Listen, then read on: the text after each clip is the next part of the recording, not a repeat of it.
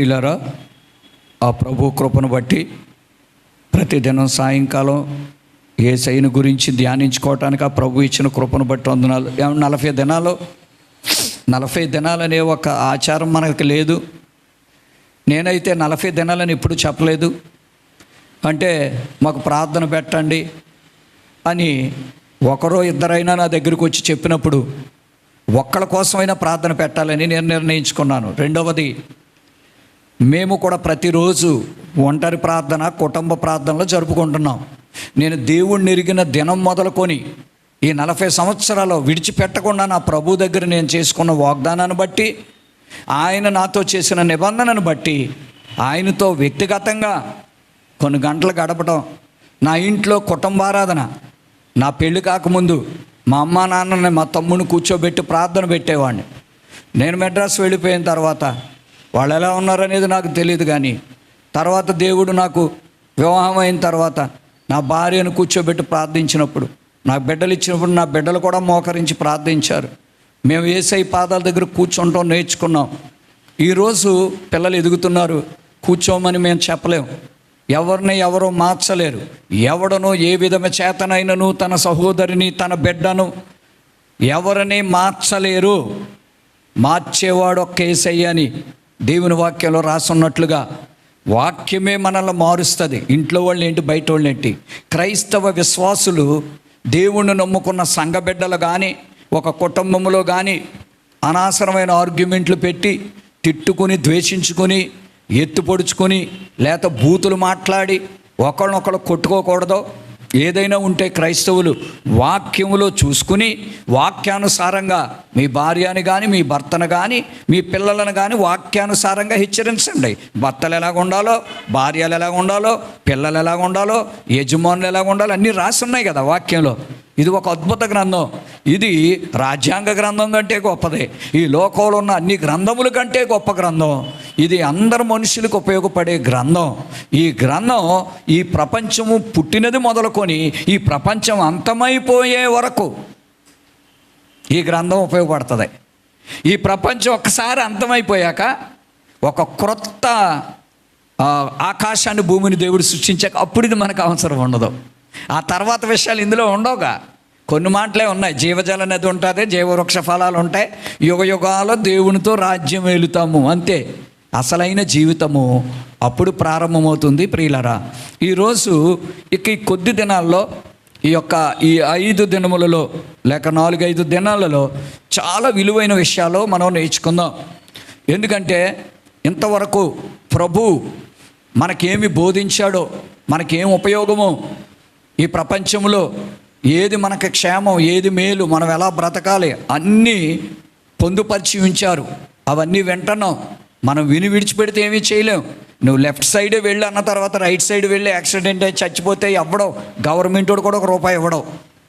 మీరు ఇలాంటప్పుడు జాగ్రత్తగా ఉండండి. కరోనా వచ్చినప్పుడు మీరు ఇళ్లలోనే ఉండండి, బయటికి రాకండి, మాస్కులు పెట్టుకోండి, శానిటైజర్స్ వేసుకోండి అని ఇలాగ ఎన్నో రూల్స్ పెట్టి, ఏమండి అన్ని పద్ధతులు నేర్పిస్తే మనుషులు నిర్లక్ష్యంగా వెళ్ళడం, తాగడం, రోడ్ల అమ్మడ తిరగడం, ఇంకా అప్పుడు కూడా బిర్యానీల కోసం తిరగడం, స్నేహితులతో రోడ్ల అమ్మడ తిరగడం, ఇలాంటివి చేసి చాలామంది కరోనాకు బలైపోయి చచ్చిపోయారు. ప్రభుత్వం మీరు చనిపోయారు కాబట్టి ఇదిగో మీకు ఇంత ఇస్తానని అనదు. ఎందుకంటే అందరికి ఒక హెచ్చరిక ఇచ్చారు. ఒక రూల్ ఉంటుంది. రూల్ని పాటిస్తుండగా మనకు నష్టం కలిగితే ప్రభుత్వం మనకి కాంపెన్సేషన్ ఇస్తుంది. అలాగే దేవుడు పెట్టిన రూల్స్ మనం పాటిస్తున్నప్పుడు మనం నష్టం కలిగిన నష్టాన్ని దేవుడు భర్తీ చేస్తాడు. దేవుని వాక్యానుసారంగా, చిత్తానుసారంగా లేకుండా మన ఇష్టం వచ్చినట్టు కొని తెచ్చుకుని కష్టాలు, కీడు, మరణాలు, శాపాలు తెచ్చుకుని యేసయ్య నన్ను ఆదుకో, నాకు పంపించే పరలోకం నుండి సహాయం, డబ్బు పంపించేయండి, పంపడండి. దేవుడు చాలా ఖచ్చితమైన వాడు. మనం అనుకున్నటువంటి వాడు కాడు. మనం మంచి దినాలకు వచ్చే కొలిది దేవుడు ఏమవుతాడు తెలుసా? కృప తగ్గిపోద్ది. ఎవరైనా తప్పుడు బోధ చేస్తున్నారేమో, కృప పెరుగుద్ది.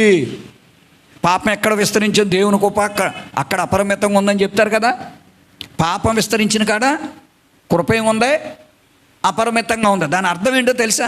ఎంత తప్పుడు బోధలు చేస్తారండి. నేను గొప్పవాడిని చెప్పట్లేదు. బైబిల్ చదవమనండి, గ్రంథాలు చదవమనండి. పాపం విస్తరిస్తుందంటే అర్థం ఏంటి? ఎక్కువ పాపం ఎక్కడ ఉందో అక్కడ ఏమొచ్చేస్తాయి? భూకంపాలు, మరణాలు, తెగుళ్ళు, కాలిపోతాయి. అవన్నీ సొదొమ గొమొర్రా కాలిపోయినట్టు భూమి నెరవిడిచి మింగేద్దే. పాపం ఎక్కువైపోయింది. ఇశ్రాయేలు కాలంలో మోషే మీద తిరుగుబాటు చేసేవాళ్ళు ఎక్కువైపోయారు. అబీరాము, దాతాను, కోరహు ముగ్గురే కదా, వాళ్ళ కుటుంబాలు అన్నీ ఎక్కువైపోయినాయి. నెరవిడిచి మింగేసింది. ఎక్కడ పాపం ఉందో, ఎక్కడ తిరుగుబాటు ఉందో అక్కడ పాపం పెరిగిపోద్ది. అప్పుడు దేవుడు ఏం చేస్తాడు? ఇంతమంది చనిపోతే ఎందుకు? నేను సిలువలో ప్రాణం పెట్టాను కదా, కాబట్టి నేను పని చేద్దాం, వీళ్ళని ఒక ఛాన్స్ ఇద్దాం, వీళ్ళ మధ్యకి సేవకుని పంపుదాం, వీళ్ళ మధ్యలో మందిరం పెడదాం, వీళ్ళ కొరకు ప్రార్థించేవాళ్ళు పంపుదాం, సువార్త పంపిద్దాం, ఒకవేళ వీధి సువార్త అవన్నీ ఏదైనా పంపుదాం. విని ఎవరైనా మారితే వాళ్ళను బట్టి, ఆ మారిన 5-10 మందిని బట్టి ఆ ఊరు, ఆ గ్రామం, ఆ సిటీని, ఆ దేశాన్ని కాపాడదాం అనుకుంటున్నాడు. అది కృప అంటే. అంతేగాని పాపం విస్తరించిన కాడ కృప విస్తరించడం అంటే, కృప ఉంది కదా అని మనం పాపం చేయవచ్చునా అని రాయసలేదా బైబిల్లో? నేను ఒక అద్భుతమైన మాట చదివాను. నేను కృప రక్షణ పొందుట కొరకే దేవుడు చూపిస్తున్నాడని రాసింది. రాబోదినాల్లో చెప్తాను ఆ మాటలు. నేను చాలా విలువైన మాటలు ఇవి. కృప ఏంటంట? కృప ఎందుకు చూపిస్తాడంట? కృప అంటే ఏంటి? మనం ఇష్టం వచ్చినట్టు బతికేస్తా ఉంటే, భక్తి కట్టకుండా కృప అని దైవజనుడు స్టేజీ మీద నుంచి అనేది జనాలందరికీ వచ్చేస్తుంది అనుకుంటున్నారా? కృప నిన్ను రక్షణ పొందుట కొరకే అని కృప చూపిస్తున్నాడు. ప్రభా కృప చూపు, కృప చూపు అంటే అర్థం ఏంటి? వారు పిచ్చి మోకుండా నీ కృప చూపుతున్నాను రా, మారు మనసు పొందు, రక్షణ పొందని సువార్త చెప్తున్నాను కదా, వాక్యం అందిస్తున్నానే, నువ్వు వెళ్ళట్లేదు, వింటలేదు, పోనీ ఎక్కడికి వెళ్ళట్లేదు, నీకు నచ్చలేదు, నీకు బైబిల్ ఇచ్చాను అదైనా తీసి చదవట్లేదు కదా నువ్వు. అరే నీకు బోడు సమయం ఇచ్చాను, తింటావు, తాగుతావు, పడుకుంటావు, స్నేహితులతో తిరుగుతావు, టైం వేస్ట్ చేస్తా, ఆ సమయంలో నా పాదాల దగ్గర కూర్చోవచ్చు కదా. అప్పుడు కృప అంటే ఏంటో చూపిస్తానని దేవుడు చెప్తున్నాడు. కానీ తప్పుడుగా మనుషుల్ని చాలా తప్పుడుగా నడిపిస్తున్నారు. వేదన నాకు కాదు, వేదన దేవుడికి. ఏమంటే దేవుడు ఇన్ని రోజులు మనం ధ్యానించిన ఏంటి తెలుసా? మనం ఎలా ఉంటే క్షేమంగా ఉంటాం, ఎలాగుంటే ప్రమాదంలో పడతాం, ఇవన్నీ జాగ్రత్తలు నేర్పాడు. నా బిడ్డ, నువ్వు పుట్టినప్పటి నుండి చనిపోయే లోపల నువ్వు సంతోషంగా ఉండాలి, నీ కుటుంబం బాగుండాలి, మీరు జ్ఞానంతో ఉండాలి, మీరు వర్ధిల్లాలి, మీరు రక్షణ పొంది ఉండాలి, నశించిపోతున్న వాళ్ళు మార్చండి, సాతానుని ఓడించండి అని ఇవన్నీ చెప్పుకుంటూ వచ్చాడు దేవుడు. మరి ఇన్ని సత్యాలు చెప్పి, నా మాట సత్యం, ఇది యథార్థం, వీటిని చేయకపోతే మీకు అద్భుతాలు జరగవు, నమ్మకపోతే ఆయన అద్భుతాలు చేయడు. ఉన్నాయండి. మీరు మారు మనసు పొందకపోతే మీరు అట్లే నశించి నరకానికి వెళ్ళిపోతారో. ఇవన్నీ చెప్పాడు కదా. ఫైనల్గా ఈరోజు ఒక కంక్లూషన్లోకి వస్తాం. ఏంటంటే, ఇన్ని విన్నవాళ్ళు, ఇన్ని అద్భుతాలు చూసిన వాళ్ళు, ఇన్ని సత్యాలు విన్నటువంటి వారు అది క్రీస్తు పూర్వము 4000 సంవత్సరాల క్రితము నుండి పోల్చుకుంటూ ఈ క్రీస్తు శకములో 2000 సంవత్సరాలను కూడా కలుపుకొని ఇవన్నీ బోధించుకుంటూ వచ్చాడు. ఫైనల్గా ప్రజల ప్రతిస్పందన ఎలాగుందో ఈరోజు చూసుకుందాం. దేవుని వాక్యంలోనికి వెళదాం. అందుకు నేను ఎంచుకున్నటువంటి గ్రంథం ఏంటంటే యోహాను సువార్త. యోహాను సువార్తను ఎంచుకున్నాను. కొద్ది మాటలు మనం ధ్యానించుకుంటాం. యోహాను సువార్త 7వ అధ్యాయము. నేను ఇంత చేసిన ప్రభువుని, మరి ప్రజలు రకరకాలుగా మాట్లాడుకుంటారు. యేసయ్య అన్నాడు, నేను ఎవరు అనుకుంటున్నారు ప్రజలు? ప్రభు నువ్వు యోహాను అనుకుంటున్నారు, ఏలియా అనుకుంటున్నారు, ప్రవక్తలు ఒకళ్ళు అనుకుంటున్నారు, మరి ఇంకేమనుకుంటున్నారు? నువ్వు యోసేపు మరియమ్మ కార్పెంటర్ కొడుకు అనుకుంటున్నారు, ఇంకేమనుకుంటున్నారు? నువ్వు క్రీస్తు అని అనుకుంటున్నారు, ఇంకేమనుకుంటున్నారు? నువ్వు ఒక ప్రవక్త అనుకుంటున్నారు, సరే మంచిదే, ఇంకేమనుకుంటున్నారు? ఆ మాటలో ఎక్కడ ఉంటాయి? ఆ మిగిలిని మనం చదువుకుంటాం.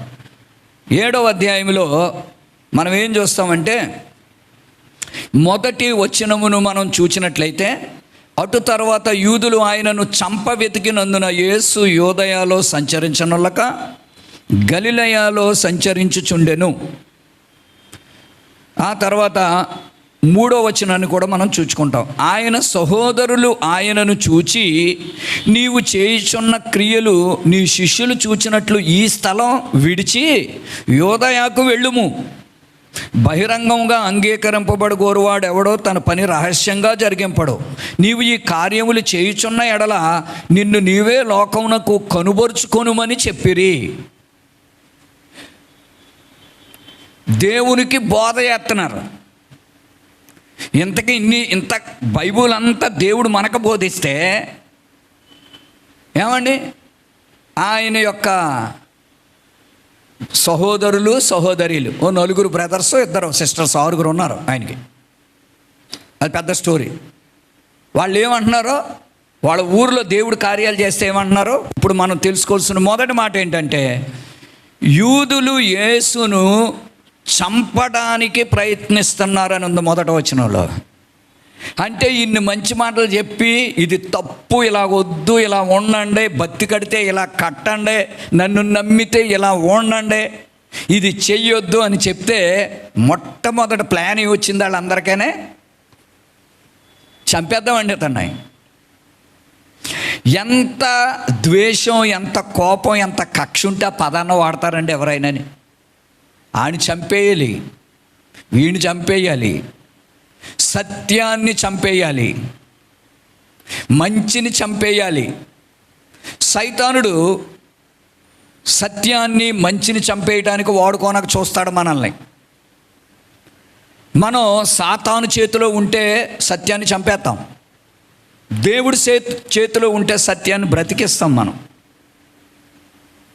You are in my hands, నా చేతి నుండి మిమ్మల్ని ఎవడు అపహరించడు అన్నాడు యేసయ్య. నిజంగా ఆయన చేతిలో ఉన్నామా మనం? నా అరచేతిలో మిమ్మల్ని చెక్కుకున్నాను అన్నాడు. ఎక్కడ ఉన్నామండి మనం? మన గుణం ఏంటి, మన బుద్ధి ఏంటి, మనం చేసే పనులు, కొన్ని విషయాల్లోనైనా ఖచ్చితంగా ఉండం మనం. ఒక్క రోజైనా ఖచ్చితంగా బ్రతకలేకపోతున్నామే మనం. ప్రభువుని మంచి చేసేవాడిని చంపేస్తారు. మనం ఈ లోకంలో ఏమంటాం, ఎంత మంచివాడిని చంపేస్తారు, ఎంత మంచి. ఇప్పుడు కొంతమంది ఉన్నారు, రీసెంట్గా మనం వింటున్నాం కదా, మిషనరీలు కానీ దేవుడు నమ్ముకున్న పాస్టర్లు కానీ ఎవరు కానీ, మంచోడని చంపేశారు, మంచోడని ఆ మంచోడు ఎంతమందికి మేలు చేస్తున్నాడో, ఆయన సంఘానికి చేసుకుంటాడో, ఆయన కుటుంబానికి చేసుకుంటాడో, అంతేనా మేలు? అంతకు మించి చేస్తారా? వాళ్ళ దృష్టిలో మంచోడు, కొద్దిమంది విషయంలో మంచోడు, కొందరికే మంచోడు. కానీ యేసయ్య సర్వ ప్రపంచానికి మేలు చేసిన దేవుడు, అందరికీ మంచివాడిని చంపేయాలనుకుంటాం న్యాయమా? కొందరికి నచ్చినోడు కొందరికి నచ్చకపోవచ్చు, కానీ అందరికీ దేవుడై ఉన్నవాడు. అని ఆయన సృష్టించకపోతే భూమి మీద మనం ఉండం కదండి. ఇది ఎంత న్యాయం? దేవుని సత్యాన్ని ఈరోజు మనం ఈ వాక్యాన్ని పోల్చుకుంటే దాని అర్థం ఏంటి చెప్పనా? వాళ్ళు ఎలాగ ప్రభువుని చంపేయాలని చూశారు. ఈరోజు ఎవరు సత్యంగా బతుకుతున్నారో, నీతిగా ఉంటున్నారో, మంచి భక్తి కట్టుకుంటున్నారో వాళ్ళని చంపేయటానికి చూడకూడదండి. దాని సాదృశ్యం అదండి. మనం ఎవరిని అంటే దేవుని చంపేయటానికి చూడటం మనకు తెలుసు. లాజను కూడా చంపేయడానికి చూడటం, యేసు ప్రభువుని వెంబడించిన శిష్యులను కూడా చంపేయడానికి చూడటం, అరే నీతిగా బతికేవాడిని చంపేయడానికి చూస్తున్నారు. మనం వాళ్ళతో ఏకీపిస్తున్నామా? మనం అర్థం చేసుకుందాం.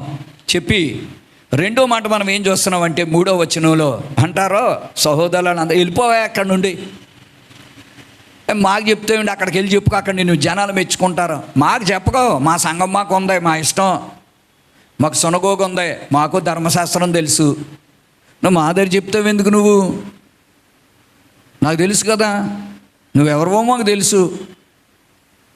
పోనీ ఇంకో మాట అనలేకపోతున్నా, నువ్వు చిన్నప్పటి నుంచి నువ్వు అబద్ధాలు ఆడలేదా, నువ్వు అల్లరి చేయలేదా, ఆడిని కొట్టలేదా, నువ్వు మీ అమ్మ నాన్న అంటే విన్నావా అని అనగలుగుతున్నారా? పోనీ ఏమనలేరు. తప్పులు దొరకనప్పుడు మనుషుల్లో ద్వేషం, కోపం, సొణుగుడు పెట్టుకుంటారు. వాళ్ళు చూడండి, సొంతోళ్ళు అయ్యుండి ఏమంటున్నారు వాళ్ళందరూ? సొంతోళ్ళు వినరో, మాట వినరో. దేవుడే సంతృప్తిపరచలేకపోయాడు సొంతోళ్ళని. దేవుడు సర్వజ్ఞాన సంపన్నుడు, సౌందర్యవంతుడు, నోటి మాట పవిత్రం, ఆయన తాకుదలలో స్వస్థత, ఆయన్ని చూచినవాడు కానీ ఆయన గురించి విన్నవాడికి కానీ ఎవడికే కోపం, ద్వేషం, కష్టం రానే రాదో అట్టి దేవుణ్ణే ఆయనకి బోధ చేస్తున్నారు, తిరుగు బోధ చేస్తున్నారు, ఇక్కడ చెప్పకంటున్నారు. చాలా ఏడ్చారా చెప్పినందుకు తెలుసా? వాళ్ళు లాస్ట్లో మారారు. యేసుప్రభు చచ్చిపోయిన తర్వాత మారారు వాళ్ళు. బోల్డంత స్టోరీ ఉంది అది. 3వది మనం చూస్తాం, 5వ వచనంలో మనం ఒక మాట చూస్తాం, ఆయన సహోదరులైనను ఆయన యందు విశ్వాసం ఉంచలేదు. ఇక్కడ పెద్ద సైతాన్ చేసే పని ఏంటంటే మనల్ని అమ్మనివ్వడండి సైతాన్ గాడు. వింటాం, విన్న ప్రతిదీ నమ్మమండి. బైబిల్లో చూపించేసినా సరే 10 మంది సేవకులు 10 సార్లు చెప్పినా సరే, టీవీలో చెప్పినా సరే, మనం అండర్లైన్ చేసేసి గీతలు గీసేసి నోట్బుక్లో రాసేసినా సరే, అది మాత్రం మనకి మంట పుట్టించదండి. అది మనల్ని కత్తి వలె అది పొడవదండి, అది అగ్ని వలె కాల్చలేదండి మనల్ని. అరే ఇలా చెప్పాడు దేవుడు, ఇలా చెప్పాడు, ఇది నాలో లేదు, ఇది నేను చేయట్లేదు ప్రభా, నేను ఇది చెయ్యాలి ప్రభా, నేను ఎంతకాలమే మోసం నాయన, ఏమో చచ్చిపోతే ఎక్కడికి వెళ్ళిపోతుంది, ఏమన్నా ఉందండి అసలు మనకే? ఏం చేస్తున్నామండి?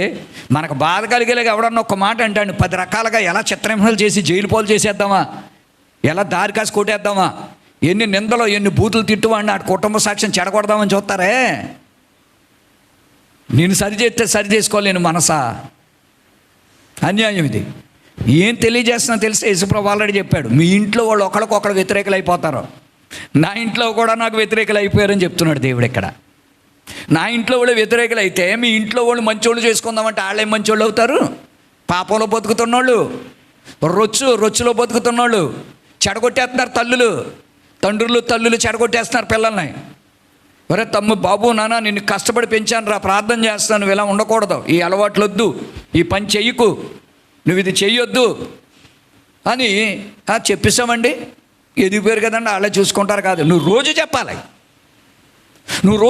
అది నీ బాధ్యత. కన్నావు నువ్వు, పాడైపోతే నువ్వు కూడా అందులో పాలు భాగస్తురాలు అవుతావు. చాలా జాగ్రత్తగా ఉండాలి, సమర్థించకూడదు. తప్పు చేసిన వాళ్ళు చాలా మంచివాళ్ళు, చాలా గొప్పవాళ్ళు అని కాకి పిల్ల కాకికి ముద్దని తప్పు చేస్తున్న మన ఇంట్లో వాళ్ళు మనం సమర్థించుకుంటే దేవుడు ఊరుకోవడం ఇస్తున్నట్టు టైం అండి. కృపతోటి ఏం చేస్తాడో నాకైతే తెలియదు. ఆ తర్వాత మనము 3వ మాట ఏం చూసుకుంటామంటే 12వ వచనం, 7వ అధ్యాయం 12వ వచనంలో, మరియు జనసమూహములలో ఆయనను గూర్చి గొప్ప సొడుగు పుట్టెను, కొందరు ఆయనను మంచివాడనిరి, మరి కొందరు కాడు, ఆయన జనులను మోసపుచ్చువాడు అనిరి. ఇది ఎంత అన్యాయము. 3వ మాట, ఇన్ని మంచి పనులు చేసి ఇన్ని నీతి సూత్రాలు చెప్పి మానవునికి ఇన్ని ఆశీర్వాదాలు, ఇన్ని దీవెనలు, ఇన్ని అద్భుతమైన సలహాలు ఇచ్చిన దేవుడికి ఏం జరుగుతుందో చూడండి. 30 సంవత్సరాలు దాగుకుని భక్తి కట్టుకుని తల్లిదండ్రులకు విధేయుడై ఉన్నాడు. ఆ దినాల్లో ప్రాబ్లం లేదు ఈయనకి. 3.5 సంవత్సరాలు ముందుకొచ్చి ప్రజలను మారుద్దాం, మంచి చేద్దాం అనుకుంటే ఎంత ప్రాబ్లం వచ్చిందో. నేను ఈ మందిరం ఈ సేవ లేకపోతే నా భక్తిని చూసి అందరూ మెచ్చుకునేవాళ్ళే. బైబిల్ పట్టుకుని ప్రతి ఒక్కరికి ప్రార్థన చేసి రాత్రింబగళ్ళు మొరపెట్టుకుంటూ గంటల ప్రార్థన చేసేవాడిని. సేవ పెట్టాం కదా, నచ్చదు జనాలకి. పగ, ద్వేషం, కోపం, వీడి దగ్గరికి ఎవడ వెళ్ళకూడదు.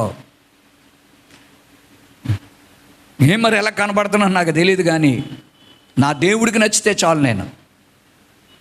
అందుకే దేవుడు అంటాడు, దేవుడు కాదు కానీ ఓ భక్తుడు పాట రాస్తాడు, నీ జీవితంలో ఒక్కరిని నిజమైన మారు మనసు రక్షణలోకి నడిపిస్తే పరలోకంలో ప్రభు సంతోషిస్తాడు. అదన్నా చెయ్యి. అప్పుడు నువ్వు ధైర్యంగా దేవుని రాకడలో బడా నమ్మకమైన మంచి దాసుడని ఎదుర్కొంటావు. నీ చుట్టూ ఉన్నోళ్ళు నువ్వు చెడగొట్టి నువ్వు నాశనం అయిపోయి ఏదో తప్పించుకుని నీవు ఒక్కడ వెళ్ళి నిలబడితే నిరాధారుడిగా సిగ్గుతో నిలబడతావు. దేవుడి ముందు సిగ్గుతో నిలబడతావా? ఘనమైన దేవదూతల ఆహ్వానముతో, ఆనందంతో నువ్వు దేవుడి ముందు నిలబడతావా? మరణం తర్వాత నీవు నేనేం చేస్తాం మనం తెలుసుకోవాలి. ఎంత దారుణం! దేవుణ్ణి మోసగాడా! ఎలాంటి పదాలు వాడారంటే, ఈ లోకంలో భక్తిహీనులు, దెయ్యాలు పట్టేసిన వాళ్ళు, పాపంలో బతికే వాళ్ళు మాట్లాడే మాటలు మాట్లాడుతున్నారండి విశ్వాసులు. ధర్మశాస్త్రం వెలిగిన శాస్త్రులు, చాలా కాలం నుండి సంఘాల్లో పెద్ద పెద్ద బోధలు చేసిన వాళ్ళు. ఏంటి శత్రువు ఎక్కడో లేడండి, ఎందుకంటే అన్యులు అనుకుంటాం. వాళ్ళని ఎవరిని అనకూడదండి, వాళ్ళకి దేవుడు తెలియదండి, వాళ్ళు ఎరగరండి, వాళ్ళని ఎవరిని అనకూడదండి. దావీదు ప్రార్థిస్తాడు సమూయేలు గ్రంథంలో, పాపం చేసిన వాడిని నేను ప్రభా, గొర్రెలు వంటి వీరేం చేశారు? వాళ్ళకేం తెలీదు, వాళ్ళకి ధర్మశాస్త్రపు లోతులు సత్యాలు తెలీదు. కోపం వస్తే కోపపడతారు, ముఖం మీద అడుగుతారు.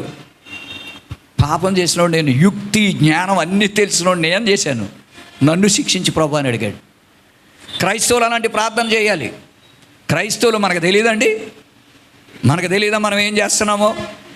చాలా నటనతో, యుక్తితో మనం చాలా సాతాను జ్ఞానాన్ని ఉపయోగిస్తున్నాం కానీ దైవిక జ్ఞానాన్ని ఉపయోగించడం లేదు. ఏ కోశాన దేవుని గుణలక్షణాలు కనబడకపోతే మనం చాలా జాగ్రత్తగా ఉండాలండి. అనేకులు బైబిల్లో మాట రాస్తుంది, పరలోకం వెళతాం అనుకున్నవారు వెళ్ళరట. అయినా మాటలు ఏంటండి అవి విచిత్రమైనవి. నీ కిరీటాన్ని ఎవడు అపహరింపకుండా చూచుకో, అది కూడా ఉంటుందా? మన సింహాసనం మన కిరీటం ఇంకొకటి తీసేసుకుంటాడా? ఇంకా ఏం చెప్పబడుతుందో చూద్దాం. 20వ వాక్యం, 7వ అధ్యాయము 20వ వాక్యం, 4వ మాట. అందుకు జనసమూహము, నీవు దయ్యము పట్టిన వాడువు, నీవు దయ్యము పట్టినవాడు అంటున్నారు. ఎవరిని అంటున్నారు? దేవుణ్ణి. ఎన్ని దెయ్యాలు వెళ్ళగొట్టాడు. దెయ్యాలంటే ఏంటి వాళ్ళకి తెలియలేదు. విగ్రహాలయాలకు వెళ్ళి పూజలు చేసుకున్నప్పుడు ఆ పూజల్లో వాళ్ళకి దెయ్యాలు పట్టుకుంటాం, బలులు అర్పించి జంతువులు చంపేసినప్పుడు దెయ్యాలు వాళ్ళ మీదకి రావడం, ఏమంటే నీళ్లలో అగ్నిలో పడేసిన దెయ్యాలు, మాట్లాడకుండా నోరు అడగొట్టేసిన దెయ్యాలు, కాళ్ళు చేతులు పడగొట్టేసిన దెయ్యాలు, కంటి చూపు లేకుండా చేసిన దెయ్యాలు, ఎన్ని దెయ్యాలు మనుషులను పట్టి పీడిస్తూ ఉంటే వాటన్నిటి నుండి యేసయ్య విడిపించినప్పుడు ఏమన్నాడు? ఈయన చాలా పరిశుద్ధుడు, దేవుని కుమారుడు కాబట్టి దెయ్యాలు ఎలగొట్టాడు. ముందేమన్నారంటే ఈయన మంత్రాలు నేర్చుకున్నాడు అన్నారు. ఏమి నేర్చుకున్నాడో? మంత్రాలు నేర్చుకుని ఎల్లగొడుతున్నాడు అన్నారు. ఆ తర్వాత ఏం గ్రహించారంటే శిష్యులు చెప్పారు, అబ్బాయి మంత్రాలు వెళ్ళి వాళ్ళ అమ్మ నన్ను అడగండాయా. ఏ అర్ధరాత్రికాడు ఎక్కడికి, ఎందుకంటే అర్ధరాత్రికాడ ప్రార్థనకి వెళ్ళేవాడు కదా యేసు ప్రభు. అర్ధరాత్రికాడ ప్రార్థనకి వెళ్తే జనాలు ఏంటంటే అర్ధరాత్రికాడ ఓ సంచోటు అట్టుకుని నువ్వు ఏమండి ఏ శ్మశానాల్లోకి వెళ్తుంటే ఆడు మంత్రాలు చేస్తున్నాడు అని అనుకోవచ్చు. మనుషులు మైండ్ సెట్లు ఎలాగుంటాయి చూడండి. అయితే ఇక్కడ యేసు ప్రభు వారిని 20వ వచనంలో ఎలాంటి మాట అన్నారు? నీలో దెయ్యం ఉంది అంటున్నారండి.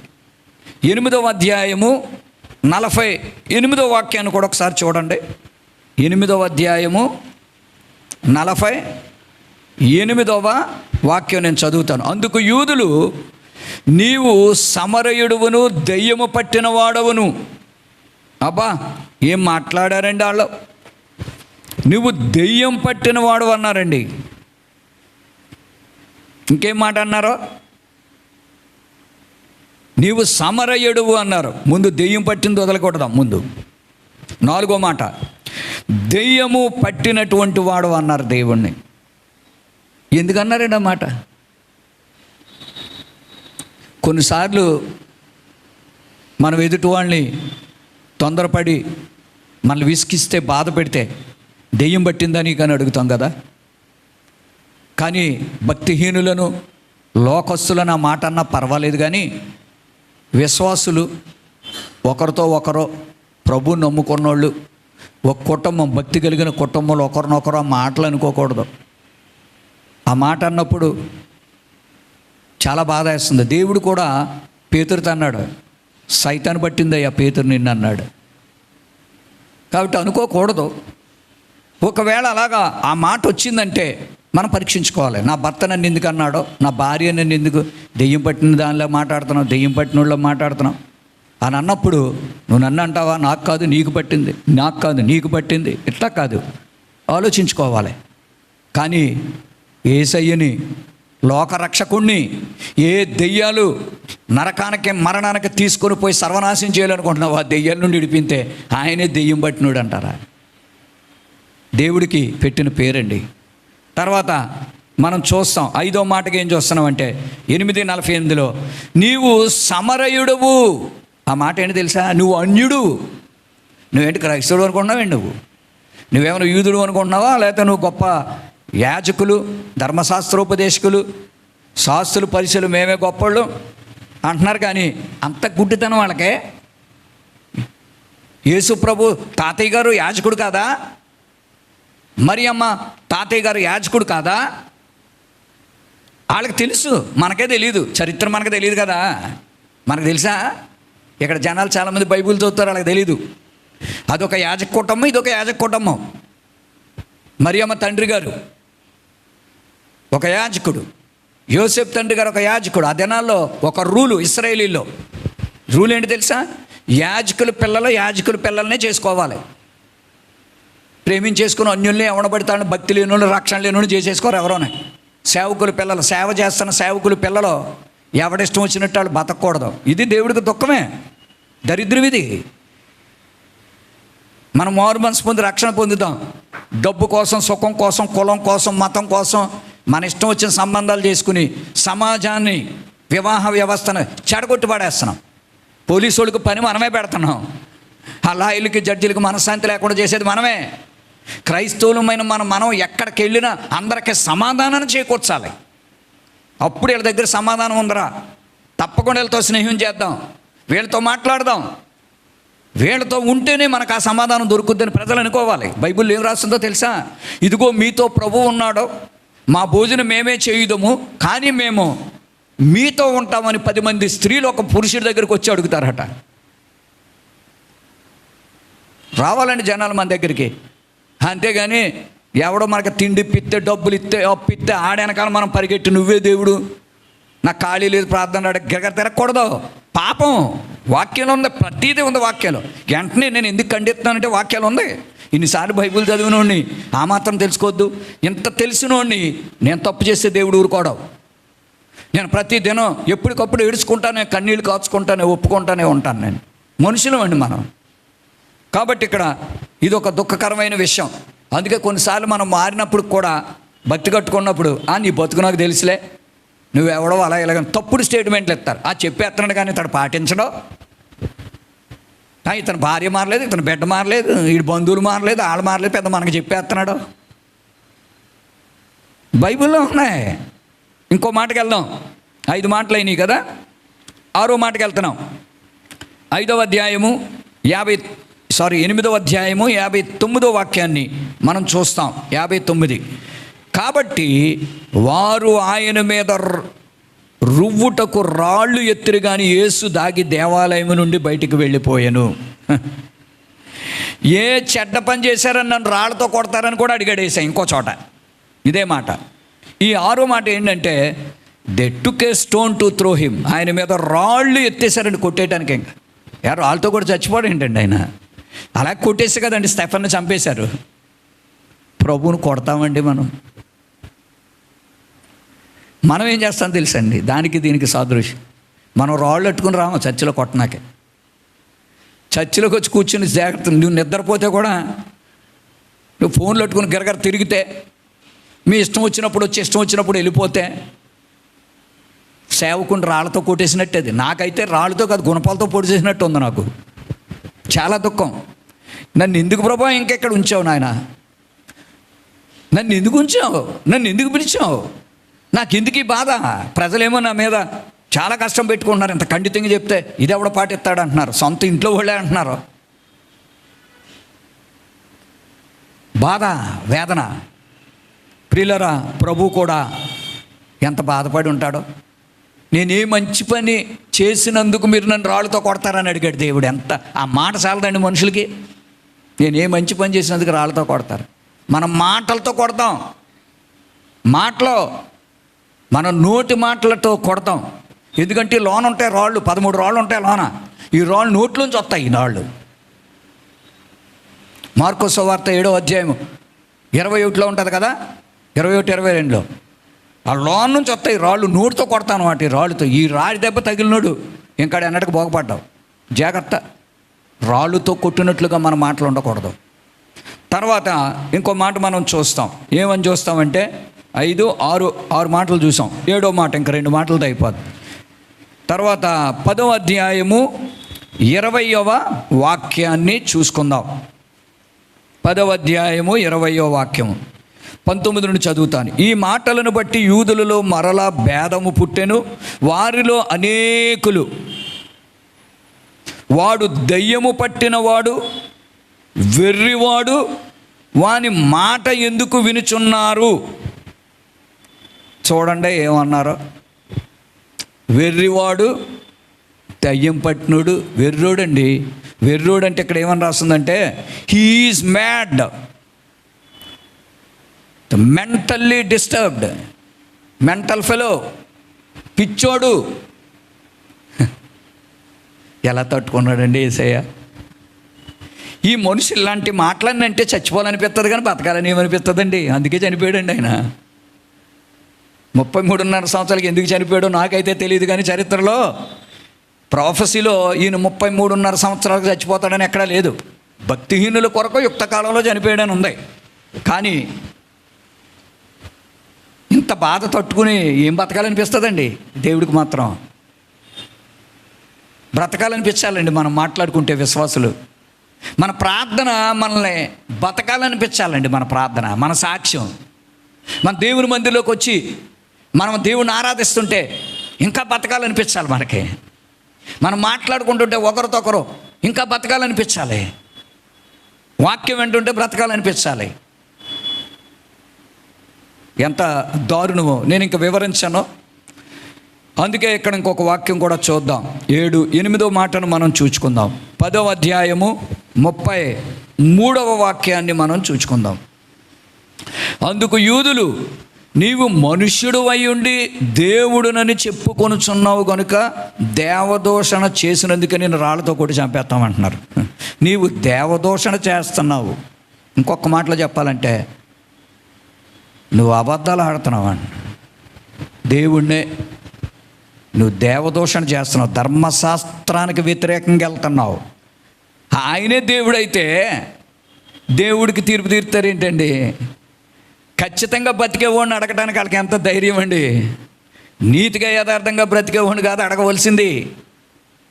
తప్పు చేసేవాళ్ళని అడగండి, ఖండించండి, నిలబెట్టండి. అది చేయలేరు. అది విశ్వాసం అయినా సేవకుడైనా దొంగ భక్తి కట్టేవాడిని నిలబెట్టే, అయ్యా మీరు ఇలా చేయకూడదయ్యా, ఇది తప్పు కదయ్యా. నేను చాలామందిని అడిగాను, పెద్ద పెద్దోళ్ళని. నన్ను అడిగితాక నువ్వెవడో నిన్ను చంపేస్తాం ఇంకొకసారి అన్నావంటే, ఇలాగే అన్నారు, ఇంకొకసారి అన్నావంటే నిన్ను చంపుదాం అని బెదిరించిన వాళ్ళు కూడా ఉన్నారు. నన్ను అయ్యగారు మీరు ఇలా చేయకూడదు, అమ్మగారు మీరు ఇలా చేయకూడదు అని ఎవరినన్నంటే సత్యం ఎవరికైనా నచ్చదండి. ఇక్కడ మనం ఏం చూస్తున్నామంటే ఈ వాక్యములో మనం చూచింది ఏంటంటే అన్యాయమైన నింద. నువ్వు పెద్దోళ్ళు తిడుతున్నావు, పెద్ద సేవకుళ్ళని ఎత్తనావు, లేదా ఆళ్ళని ఎత్తనావు, ఏళ్ళని ఎత్తనావు, సంఘానికి వచ్చిన వాళ్ళని తిడుతున్నావు. ఎవడు తిట్టాడు? నాకు ఈ మాటలన్నీ నాకే ఎంకరేజ్మెంట్గా ఉన్నాయి. నాకు అవి మీరు కూడా తీసుకుంటాయి, మీకు ఆశీర్వాదంగా ఉంటాయి. ఒక్కసారి ఈ మాటలన్నీ వింటున్నప్పుడు ఇన్ని మాటలు దేవుణ్ణి బాధ పెట్టి చంపేశారా? మరి అలాంటప్పుడు మనం కూడా మన సంఘంలోకి వచ్చేవాళ్ళు కానీ, మన ఇంట్లో వాళ్ళు కానీ, మన బంధువులు కానీ, మనల్ని నడిపించే దైవజనుడు కానీ ఇన్ని రకాలుగా కూడా మనం బాధ పెట్టేస్తున్నామా? ఎవరినైనా మన వల్ల ఎవరైనా బాధపడి చచ్చే స్థితికి వస్తున్నారా ఏంటి? మన వల్ల ఎవరు పాడవకూడదనే మనసు ఎవరికి ఉండాలి? మనందరికి ఉండాలి. చివరగా ఇంకొక మాట చెప్పి నేను ముగిస్తాను. యోహాను సువార్త 11వ అధ్యాయం 53వ వాక్యం చూద్దాం. మనం ఏం చూస్తున్నామంటే ఇక్కడ చంపేద్దాం. ఫైనల్ స్టేజ్ ఏంటి? ఆయన్ని చంపేద్దాం. ఎందుకు చంపేద్దాం? ఆ ఒక్క మాట మీరు చూడండి. 18వ అధ్యాయము 28వ వాక్యంతో మనం ముగించుకుంటాం. అందుకు వారు, వీడు దుర్మార్గుడు కాని ఎడల వీనిని నీకు అప్పగించి ఉండమని అతనితో చెప్పిరి. అన్నా కైపా దగ్గరికి వెళ్ళి, పిలాతు దగ్గరికి వెళ్ళి, శాస్త్రులు, పరిసయ్యులు, యూదులు, రోమా సైనికులు అందరూ కలిసి యేసయ్యని ఏమంటున్నారో దుర్మార్గుడు అంటున్నారు. ఇంకెంతకంటే భయంకరమైన మాట ఏమి ఉండదేమో. ఇంకా దుర్మార్గుడు అంటే అర్థం ఏంటండి? ఇంకా దుర్మార్గ కార్యాలు చేసి ఎవరిని బతకనివ్వనోడు దుర్మార్గుడు అంటే. ఆ మాటకు అర్థం నిజంగా ప్రభువుకి ఆ మాట వాడకూడదండి. రేపులు చేసి చంపేసేవాడు, నరహత్యలు చేసేవాడు, మడ్డలు చేసేవాడు, ఆస్తులు దోచుకునేవాడు, ఇంకా ఏమనాలో కూడా నాకు తెలియట్లేదు. దుర్మార్గం, వికెడ్. అది ఇంగ్లీష్లో దుర్మార్గుడిని వికెడ్ అంటారు, గ్రీకులో డయాబోలస్ అని పిలుస్తారు. అంటే ఆ వికెడ్ వన్ అంటే ఎవడో? సైతానుడు. అంటే దేవుణ్ణి ఏమంటున్నారు చివరికే? ఒరే నేను దేవుణ్ణి నాయనా, సాతానుగాడు ఉన్నాడు, మీకు ఈ జరుగుద్ది అది జాగ్రత్త నుండి కాపాడుకొని మాకేం చెప్పక నువ్వే సైతాను అంటున్నారు. ఇంకొక మాటలో చెప్పాలంటే ఏమంటున్నారో? నువ్వెవడో మాకు చెప్పడానికే? నువ్వు మాకు చెప్పాలి, మాకు తెలీదా? ప్రజలు అలాగ ఉన్నారు. ఈ మాటలన్నీ నిజంగా నా హృదయానికి ఎంతో ఆదరణగా ఉంది, ఓ పక్క బాధగానే ఉంది. నేను ఇవన్నీ ఎదుర్కొంటున్నాను, నేను ఇక నిజంగానే. అయినను పర్లేదు, మన ప్రభు ఇవన్నీ చూసిన తర్వాత ఇంత చేస్తే వీళ్ళకి ఇంతైనా గ్రహింపు వచ్చింది, నేను దుర్మార్గుడిని నన్ను చంపేయండి అంటారా? అప్పుడు జనాలు ఏమి నిర్ణయం తీసుకున్నా తెలిసి, నిజమే అతను దుర్మార్గుడు, ఈయన చంపేయండి అన్నారు. ఎంత దుర్మార్గుడు అన్నారో, బరబ్బా బందిపోడు దొంగ కంటే దుర్మార్గుడు అంటే యేసయ్య. వాడు అనేక మందిని చెరిచి చంపి దొంగతనాలు చేసి దుర్మార్గంగా బ్రతికినటువంటి వాడు కాబట్టి వాడు జైల్లో పెట్టబడ్డాడని రాసింది. ఆడికంటే దుర్మార్గుడికి ఎంచారు యేసయ్య, అయినా నోరు తెరవలేదు. ప్రియులారా, నిన్న మనం చదివినట్టు ఓర్పు గొప్ప ద్రోహ కార్యాలు జరగకుండా దేవుడు కాపాడుతాడు. తగ్గించుకుందాం, ఓర్పు ఇమ్మని అడుగుదాం. చాలా రోగాలు రావండి మనకి, అనేక రోగాల నుండి విమోచన యేసయ్య ఓర్చుకున్నాడు. నేను ఈ కేవలం నన్ను అంటున్నారని కాదు, కానీ ఈ వాక్యంలో చూస్తే యేసయ్యని ప్రజలందరూ ఎలాగన్నారో, అవిశ్వాసులు కాదు, విశ్వాసులే కాదు, బంధువులే కాదు, ఆయన్ని ఆరాధించిన వాళ్ళు, ఆయన్ని స్తుతించిన వాళ్ళు, స్తోత్రం ప్రైజ్ అలాడు హల్లెలూయా అని పామ్ సండేలో చెప్పిన వాళ్ళు, వాళ్ళ ఇళ్ళకి పిలిచి చచ్చిపోతున్న వాళ్ళు బ్రతికిస్తే అన్నం పెట్టినోళ్ళు, ఈరోజు ఇన్ని అద్భుతాలు చేసి మళ్ళీ చివరికి వచ్చేమన్నారు, నీ అంత దుర్మార్గుడు లేడు, నువ్వు చావడానికే అర్హుడు, చచ్చిపోమంటున్నారు. ఇంకేమనుకుంటాడు దేవుడు, ఏమనుకుంటాడండి? ఫైనల్గా నీళ్ళ కోసం వచ్చాను, నేను నచ్చలేదు, నా మరణం వాళ్ళకి నచ్చింది, నేను బ్రతుకుంటాం ఇష్టం లేదు, నేను మాట్లాడటం ఇష్టం లేదు, నా వాక్యం వాళ్ళకి ఇష్టం లేదు, నా రక్తాన్ని చూడాలనుకుంటున్నారు, నా శ్రమను చూడాలనుకుంటున్నారు. వీళ్ళకి ఎంత సంతోషం కలిగేలాగా శ్రమ అనుభవించాలా అని ప్రభువా, నువ్వు నన్ను ఎన్ని రకాలుగా తూట్లు చేసి ఈ ప్రజలందరూ ఆనందించేలాగా ఎన్ని శిక్షలు ఎత్తా వేయి తండ్రి, నీ చిత్తమే నేను చేస్తానని యేసు ప్రభు చనిపోయాడండి. కొందరు ఎంత క్రూరంగా ఉంటారు, ఎన్ని రకాల చిత్రహింసలు చేసి చంపుతారండి. రేపు చేసేవాడు రేపు చేయడు, చిత్రహింసలు చేసి చంపుతాడు. ఓ భర్త భార్యను చంపుతాడు, భార్య భర్తను చంపుద్ది, సేవకులు చంపుతారు. కనబడనటువంటి సంఘంలో సేవకుడు విశ్వాసం చంపేస్తున్నాడు, విశ్వాసులు సేవకుడిని చంపేస్తున్నారు. ఒక్కో మందిలో కూడా జరుగుతుంది. ఏమన్నా అర్థమవుతుందో వాక్యం? జాగ్రత్త అండి, ప్రార్థన చేసుకుందాం కళ్ళు మూసుకోనండి. కృపగల దేవా, దయగల దేవా, వివరించుకోవడానికి కూడా మాకు సమయం సరిపోదయ్యా, ఈ భూలోక గ్రంథాలు సరిపోవు. ఒక్క మాట అంటే ఎంతకాలం మేము గుర్తుపెట్టుకుని క్షమించలేక కోపం పెట్టుకుని ఎలా పగ తీర్చుకోవాలని అనుకుంటామే మేమైతే. ఎన్ని మాటలు అన్నారు తండ్రి. ఏ తండ్రి, నువ్వు పారలోకాన్ని విడిచిపెట్టి మా మధ్యకి వచ్చి, ఎవరైనా నీకు మంచి బట్టలు ఇచ్చారా, ఎవరైనా భోజనం పెట్టారా, నీకు డబ్బు ఇచ్చారా, ఎవరైనా ఏమైనా చేశారా? అన్నీ నువ్వే మాకు ఇచ్చావు. నా తండ్రి, ప్రపంచం ఉండదని, సాతానుడు ఈ ప్రపంచాన్ని ఏలి ప్రతి మనిషిని సర్వనాశనం చేయబోతున్నాడని, పాపములోనే వాళ్ళని ఉంచి నరకానికి పాతాళానికి సదాకాలం అగ్నిగుండంలోకి తీసుకుపోతాడని నువ్వు తట్టుకోలేక నీ బిడ్డలమైన మమ్ములను నువ్వు సృష్టించబోయే కొత్త ఆకాశము భూమి, నూతన యెరూషలేములోనికి మమ్మల్ని తీసుకెళ్ళాలనుకుంటున్నావు. ఆనాడు యూదులు, ఇశ్రాయేలు, శాస్త్రులు, పరిచయలే కాదు ప్రభా, ఈరోజు కూడా చాలామంది నిన్ను దూషిస్తున్నారు నాయన. మమ్మల్ని బట్టే నీ నామం దూషించబడుతుంది నాయన. నువ్వే ఇన్ని అనుభవించినప్పుడు నేను అనుభవించడానికి ఏముంది తండ్రి? ఎవరేమన్నా సరే, ఎవరెన్ని దూషించి తిట్టినా క్షమించే మనసు ఇవ్వండి తండ్రి, నాకు ప్రేమించే మనసు ఇవ్వండి తండ్రి. ఇక్కడ కూర్చున్న వాళ్ళు అందరికట్టి మనసు దయచేయండి, మాకు ఓర్పు దయచేయి, క్షమించే మనసు, ప్రేమించే మనసు దయచేయి. నా కోసం, మా కోసం ఇన్ని నిందలు పడ్డావు తండ్రి, మా పాపాన్ని బట్టే కదా నాయన ఇన్ని మాటలు అన్నారు తండ్రి. ఆ మాటలు మేమైతే మేము గుండెకి చనిపోతాం, లేకపోతే నేను ఆత్మహత్యలు చేసేసుకుందాం, లేకపోతే ఏమైపోదామో తెలియదు, కానీ మేము అనుభవించవలసినవన్నీ నువ్వు అనుభవించావు, నీకు స్తోత్ర. ఈ రాత్రి ఎక్కువగా ఈ మాటలు ధ్యానించుకుని భాగ్యం ఇవ్వండి. యేసు నామమున మనవులు అడుగుచున్నాం తండ్రి, ఆమేన్. తండ్రి యొక్కయో, కుమారుని యొక్కయో, పరిశుద్ధాత్మ త్రియేక దేవుని సన్నిధి మనకు తోడుగా ఉండి, ఆయన ప్రతి దానిని ఎదిరించి జయించి మరణాన్ని జయించిన జయశీలుడు, ఆ జయములు మనకు అనుగ్రహించునుగాక. ఆమేన్.